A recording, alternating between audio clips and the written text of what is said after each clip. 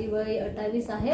मी सोमवार दिनांक 15/12/2025 सायंकाळी 6च्या दरम्यान बैलबंडीवरून बसून येताना पडली।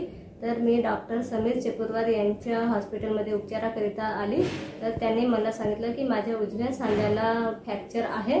तर त्यांनी ऑपरेशनसाठी सांगितलं आणि मला आयुष्मान भारत या योजनेबद्दल आणि त्या योजनेतच माझं ऑपरेशन झालं। आणि दुसऱ्या दिवशी मला माझ्या हाताची हालचाल झाली। माझा हात वर खाल जात आहे आणि इथलं स्टॉप डॉक्टर सगळं व्यवस्थित आहे। मला एकही खर्च आला नाही आणि मी सुट्टी करून घरी गेली।